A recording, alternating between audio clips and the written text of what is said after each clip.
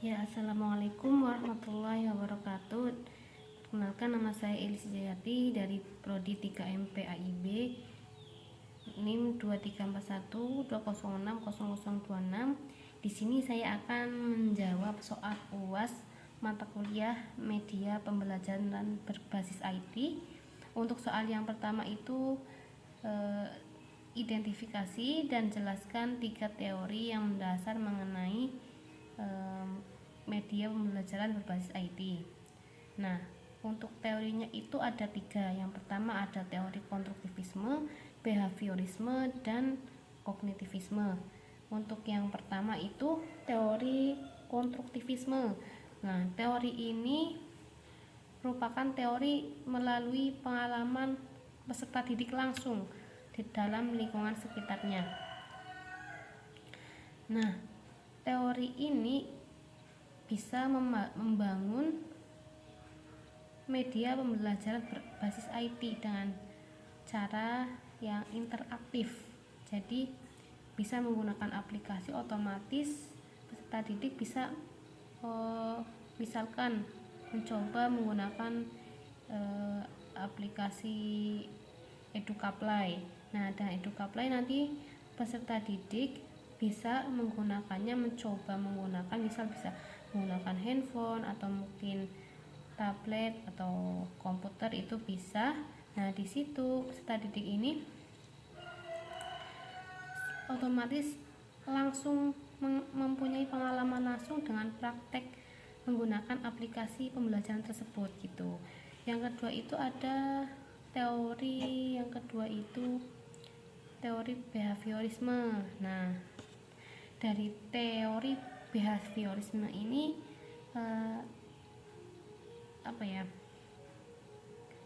jadi berfokus pada perubahan perilaku. Jadi fokusnya ke perubahan perilaku peserta didik. Nah, dari perubahan perilaku tersebut terdapat stimulus atau umpan balik dari perilaku. Misalkan dengan perilaku yang baik, maka peserta didik itu akan baik. Nah, contohnya menggunakan media pembelajaran berbasis IT dengan menggunakan pembelajaran atau media pembelajaran berbasis IT ini bisa menggunakan seperti contoh tadi masih Edukaplay ya. Nah, di Edukaplay itu kan ada kuisnya, kemudian ada permainan edukatifnya, contohnya misalkan Froggy Jam. Nah, Froggy Jam itu kan seperti permainan menjawab soal. Nah, di situ misalkan ada soal PAI mengenai contohnya berapa sih rukun iman itu gitu. Nah, melalui itu nanti bisa menjawab pada Froggy Jam-nya itu katak melompat. Jadi di situ ada permainannya. Jadi bisa menggunakan itu, bisa menggunakan kuis juga bisa. Nanti benar salah seperti itu juga bisa. Nah, itu kalau jika menggunakan teori behaviorisme atau behaviorisme. Yang teori yang ketiga itu ada teori kognitivisme. Nah, dalam teori kognitivisme ini mementingkan proses mental. Jadi kayak ada proses mementingkan proses mental untuk memahami sebuah informasi pembelajaran, khususnya ini berbasis IT. Nah, dari teori kognitivisme ini karena berbasis IT, misalkan multimedia, jadi membantu seorang peserta didik atau siswa atau murid ini untuk bisa memahami pembelajaran yang sudah disampaikan oleh guru cara dengan baik melalui multimedia atau platform pembelajaran berbasis IT. Ya, itu. Untuk yang selanjutnya saya akan menjawab soal yang nomor 2. Saya akan menjawab soal nomor 2, yaitu mengenai mengidentifikasi persoalan pembelajaran PAI dan bagaimana persoalan tersebut dapat dipecahkan atau bisa diarahkan solusinya menggunakan media pembelajaran berbasis IT. Nah, persoalannya pendidikan agama Islam, mata pelajaran pendidikan agama Islam, terutamanya rumpun PAI, yaitu ada Al-Quran Hadis, ada SKI, ada kemudian fikih dan lain sebagainya. Nah, ketika pembelajaran, misalkan contoh saja pembelajaran SKI. Nah, SKI itu kan seputar cerita. Nah, dengan pembelajaran SKI yang hanya monoton, cerita begitu, kebanyakan guru seperti itu. Nah, kalau bisa dapat menjadi solusi, ada solusinya agar peserta didik itu tidak bosan terhadap materi yang disampaikan, yaitu dengan cara menggunakan media pembelajaran berbasis IT. Dengan media pembelajaran berbasis IT ini, siswa itu jadi memahami dan pembelajaran itu terkesan menarik gitu. Kemudian contohnya saja tentang SKI, misalkan menceritakan tentang perang Badar atau peristiwa Fatu Mekah. Nah, di situ bisa diceritakan menggunakan media pembelajaran atau aplikasi atau mungkin video bisa juga. Jadi siswa itu diajak melihat film atau video gambaran perang Badar itu seperti apa, peristiwa Fatu Mekah seperti apa begitu. Dan juga pula bisa menggunakan IR, dan dengan itu seolah-olah peserta didik ini kayak di dalam kisah cerita perang Badar itu. Nah, misalkan juga bisa menggunakan contohnya fikih juga bisa diterapkan dalam IR ini. Jadi dengan fikih, misalkan contoh ibadah haji bisa dilakukan dengan IR ini. Nah, itu yang pertama itu karena membosankan ya. Yang kedua itu karena PAI itu hanya monoton saja seperti itu. Jadi bisa dialihkan atau dikaitkan dengan media pembelajaran berbasis IT menggunakan multimedia ataupun aplikasi yang menunjang pembelajaran ini. Tuh. Nah, dengan pembelajaran PAI berbasis IT ini, jadi bisa yang pertama itu tidak hanya monoton saja, bisa menarik, terus juga dapat siswa itu bisa cepat memahami gitu. Nah, selain itu, selain mata pembelajarannya menggunakan berbasis IT bisa menarik siswa, bisa siswa menjadi aktif dan lebih bersemangat lagi untuk belajar. Nah, dengan media pembelajaran berbasis IT ini juga aksesnya itu mudah, bisa menggunakan online juga bisa, atau misalkan peserta didik dikasih PR mengenai pelajaran PAI, mata pelajaran PAI atau rumpun PAI, fikih, akidah ataupun sebagainya, bisa dikasih PR menggunakan aplikasi, juga bisa menggunakan Google Form, misalnya bisa pakai Google Form. Terus kemudian bisa menggunakan aplikasi seperti Kahoot, kemudian Educaply, Quizizz dan sebagainya, bisa menggunakan itu juga bisa. Nah, ketika proses pembelajarannya, saya kira IR itu cukup bagus untuk pembelajaran PAI berbasis IT, terutamanya mata pelajaran fikih dan SKI itu sangat menarik menurut saya, jadi tidak membosankan begitu. Nah, kemudian untuk guru yang terlihat monoton seperti tidak pernah melakukan pembelajaran yang menarik, yang terdapat pembelajaran yang menginginkan peserta didik itu lebih senang dalam pembelajaran, yaitu guru itu yang terkesan monoton, misalkan SKI hanya bercerita saja, tidak menggunakan media pembelajaran lainnya. Nah, ini bisa mungkin bisa diadakan seminar untuk guru-guru mengenai bagaimana cara mengajar atau memberikan pembelajaran kepada siswa, memberikan informasi berkaitan dengan pelajaran itu bisa menggunakan seminar tentang media pembelajaran berbasis IT. Terus juga mungkin di sekolah-sekolah juga harus diagendakan atau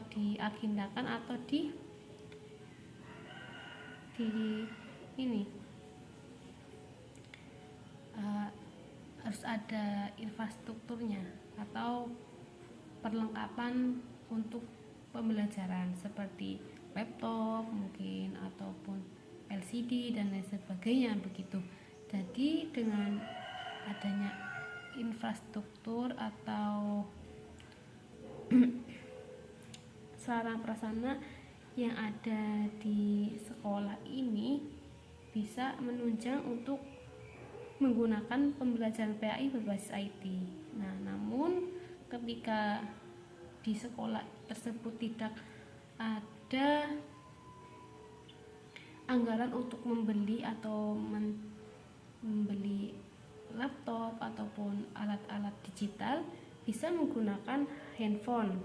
Nah, handphone saya kira semuanya juga punya handphone. Jadi dengan handphone ini mungkin bisa dilakukan pembelajaran berbasis IT. Itu mungkin untuk daerah-daerah yang terpencil. Mungkin saja kalau tidak semua siswa itu mempunyai handphone, mungkin diberikan pembelajaran seperti kelompok gitu. Jadi misalkan satu siswa itu terdapat misalkan 2 siswa atau 3 siswa satu handphone untuk 2 orang, misal begitu, bisa menggunakan handphone begitu. Terus juga guru itu juga harus bisa mengembangkan pembelajaran melalui kayak workshop dan webinar tersebut. Setelah guru itu melakukan workshop ataupun webinar bagaimana cara melakukan pembelajaran yang menarik khususnya berbasis IT, guru otomatis setelah itu bisa menerapkan pembelajaran itu kepada siswa-siswanya gitu. Baik, saya akan menjawab soal nomor 3 mengenai identifikasi keunggulan dan kelemahan MOOCS dan bagaimana Anda sebagai calon magister PAI mengaitkannya dengan teori belajar gitu. Yang pertama itu ada keunggulan dari MOOCS itu sendiri. MOOCS ini bisa digunakan secara online. Jadi penggunaannya secara online, bisa diakses kapan saja dan di mana saja. Nah, selain itu MOOCS ini juga banyak yang gratis tidak berbayar, dan jika membayar itu harganya juga terjangkau. Kemudian MOOCS ini juga bisa menggunakan beberapa banyak orang, 100 bahkan jutaan orang juga bisa masuk dalam MOOCS ini. Syaratnya kalau misalkan menggunakan MOOCS harus ada instrukturnya. Jika tidak ada instrukturnya, maka pesertanya akan kebingungan. Nah, ini juga salah satu dari kelemahan MOOCS ini. MOOCS ini kelemahannya itu kurangnya interaksi tatap muka secara langsung karena secara online. Jadi ini dilakukan melalui gaya gambar saja seperti itu, tidak bertatap muka secara langsung atau ketemu. Nah, kemudian kelemahan yang selanjutnya itu ada jadi orang itu ketergantungan pada teknologi. Nah, karena adanya MOCS, kelemahannya orang itu bisa ketergantungan dengan adanya MOCS ini.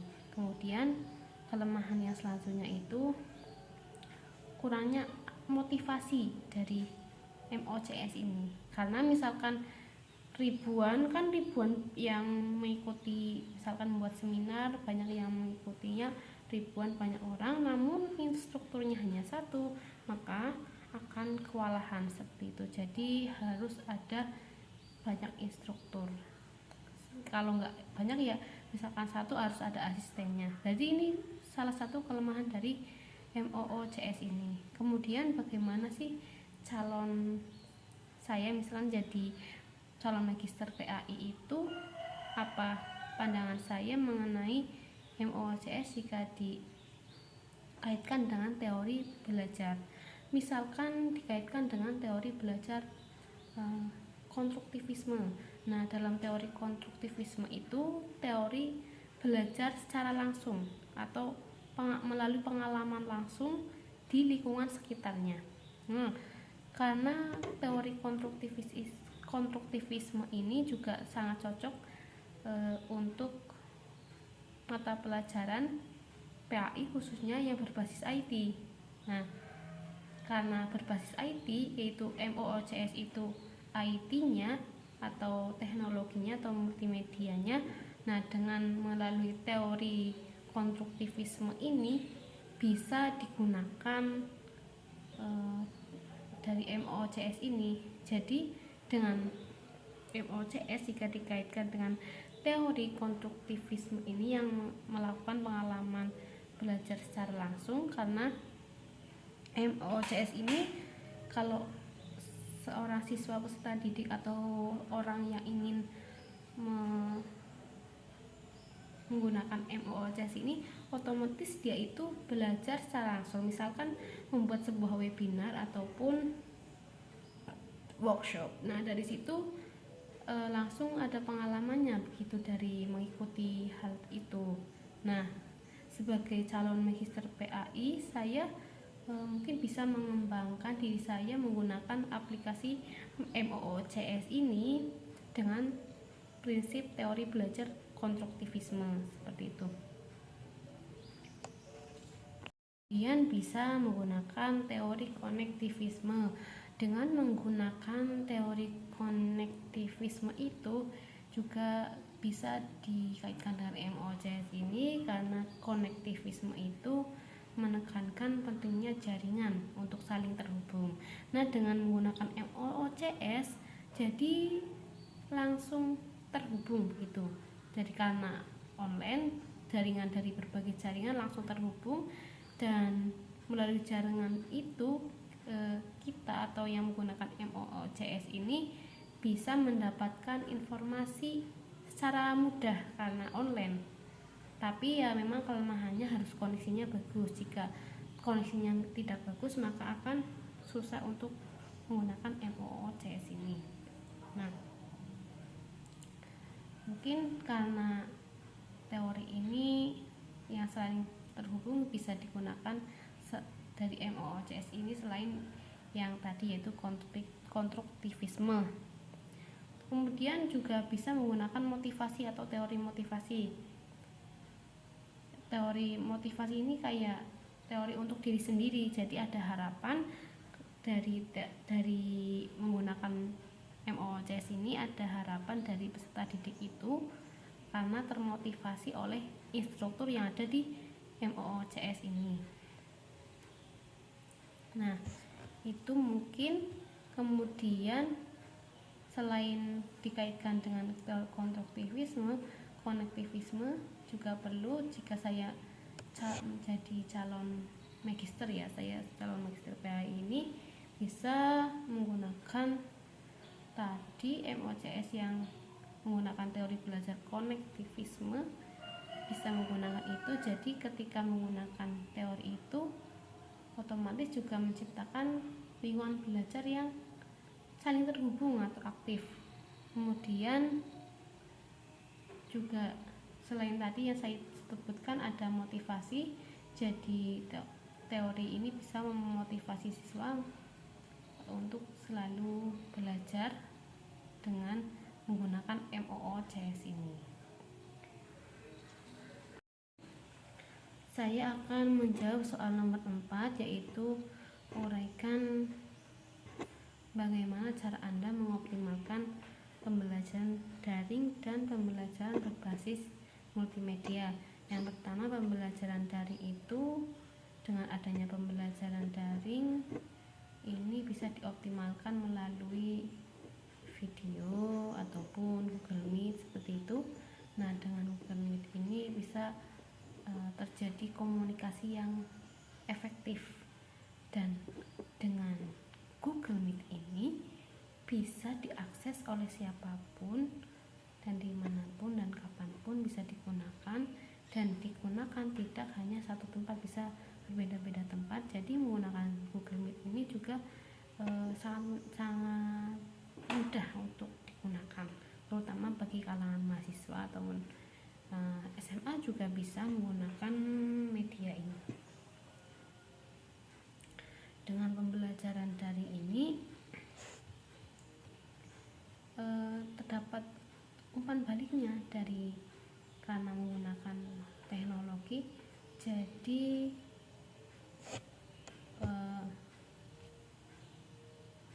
ketika melakukan pembelajaran daring, ketika ada tugas-tugas jadi bisa lebih mudah dikerjakan oleh siswa.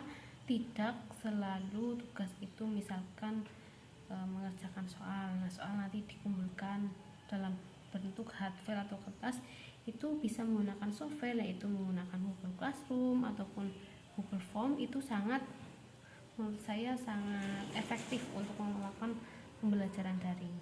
Yang selanjutnya itu ada penggunaan multimedia. Bagaimana penggunaan multimedia? Nah, cara mengoptimalkan dari multimedia ini bisa menggunakan pembelajaran berbasis video. Menggunakan media itu video, ya mungkin dari pembelajaran dengan video ini siswa itu lebih paham dan tidak terkesan monoton. Nah, misalkan ada pembelajaran fikih ataupun pembelajaran Al-Quran hadis juga bisa menggunakan video. Misalkan Al-Quran hadis menceritakan tentang hadis, misalkan hadis ini menceritakan tentang anak yatim. Nah, nanti digambarkan bagaimana video anak yatim ini, dan kemudian bisa juga langsung menggunakan aplikasi untuk menulis hadisnya. Misalkan kalau aplikasi itu ada aplikasi Anam Tarifal Khot. Nah, dengan aplikasi Anam Tarifal Khot ini siswa ini diajak menulis hadis-hadis yang disampaikan oleh guru menggunakan Anam Tarifal Khot. Apa itu sih Anam Tarifal Khot itu? Nah, Anam Tarifal Khot itu adalah satu aplikasi untuk menulis Arab. Nah, di situ bisa menggunakan berbagai font tulisan Arab, karena tulisan Arab itu banyak fontnya, seperti ada solusi, nasakh, diwani jali dan sebagainya. Menggunakan platform ini sangat bagus ketika misalkan guru itu mendikte terkait dengan hadisnya, kemudian siswa menulisnya dengan menggunakan aplikasi Anam Tarifal Khot itu. Nah, dengan Anam Tarifal Khot ini bisa setelah ditulis ditulis Arabnya itu menggunakan font biasa, bisa dikreasikan dengan font berbagai font. Nah, misalkan menggunakan font solusi. Nah, ketika menggunakan font solusi kan itu hadisnya itu tulisan Arabnya terlihat lebih indah dan sangat mudah dihafalkan oleh siswa. Jadi bisa menggunakan tadi Anam Tarifal Khot ini juga bisa. Anam Tarifal Khot ini bisa dikaitkan dengan teori belajar konstruktivisme. Jadi memang kalau media pembelajaran berbasis IT ini banyak menggunakan teori konstruktivisme. Nah, mungkin bisa itu juga. Kemudian selain aplikasi-aplikasi tadi, video, terus ada juga bisa menggunakan gambar atau infografis. Nah, dengan gambar tadi bisa menggunakan Anamukhtari Code itu dikombinasikan dengan Pixellab atau Canva juga bisa. Nah, nanti ketika misalkan ada hadis ini sudah ditulis menggunakan Anamukhtari Code, nanti bisa digunakan melalui Canva. Nah, di situ bisa dikasih gambar-gambar ataupun animasi-animasi yang menarik dengan menggunakan aplikasi Canva atau dikolaborasikan dengan Anamukhtari Code. Nah, ketika menggunakan berbagai platform atau aplikasi, sebaiknya harus disimulasikan dulu kepada siswa. Jadi ketika menggunakan berbagai multimedia yang lainnya, jadi siswa atau peserta didik ketika disimulasikan nanti bisa paham, oh ini alurnya bagaimana caranya menggunakan platform ini. Jadi ketika peserta didik tidak disimulasikan caranya bagaimana menggunakan platformnya, maka mereka akan kebingungan. Nah, maka harus ada simulasinya. Terus kemudian untuk mengoptimalkan dari pembelajaran menggunakan multimedia ini juga peserta didik atau siswa diajak untuk berkolaborasi dengan guru. Jadi dengan berkolaborasi ini siswa itu jadi lebih bersemangat dan bisa aktif dalam bertanya. Misalkan kolaborasi tidak hanya satu siswa, misalkan ya siswa sama siswa, misalkan 2 siswa itu kolaborasi menggunakan platform itu. Nah, dengan kolaborasi itu atau bekerja sama dalam menggunakan multimedia tadi, siswa lebih paham dan lebih sangat menarik untuk menjadi platform sebagai media pembelajaran.